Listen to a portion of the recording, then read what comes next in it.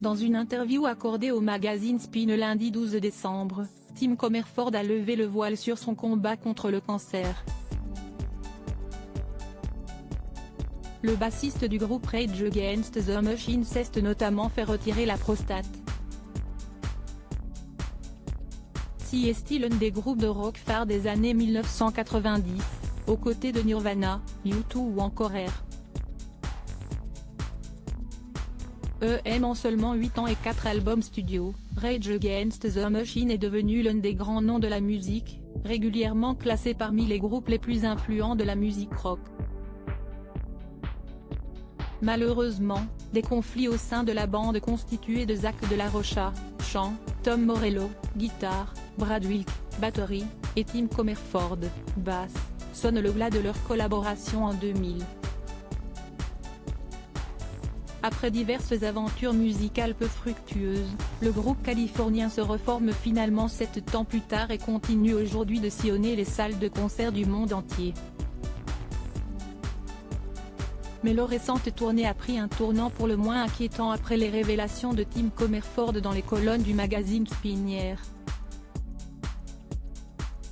J'aurais dû prendre la chose plus au sérieux. Le bassiste, célèbre pour son remarquable travail sur le tube Killing the Name, a en effet révélé être atteint d'un cancer de la prostate.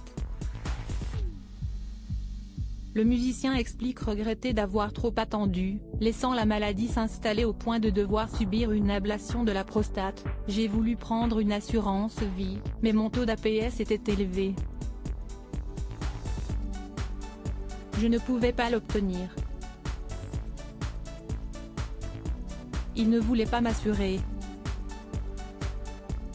Au début, le chiffre était très bas, de l'ordre d'un point et quelques.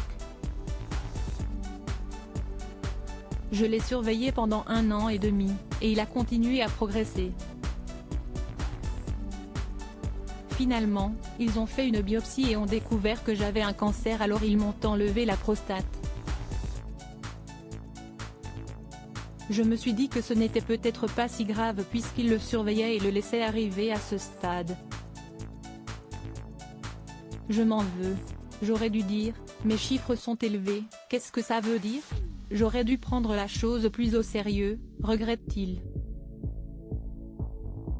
Si les dernières nouvelles sont rassurantes et que Tim Commerford a pu rejoindre sa bande pour une tournée, il ne reste pas moins inquiet pour la suite. Maintenant, je suis dans cette situation où on me demande de retenir mon souffle pendant 6 mois.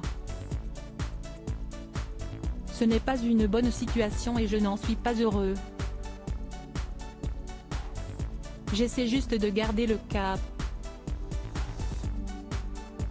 Ça va être un long voyage, j'espère. Mon père est mort d'un cancer au début de ses 70 ans et ma mère est morte d'un cancer dans sa quarantaine, note le bassiste. La musique sera-t-elle plus forte que la maladie ?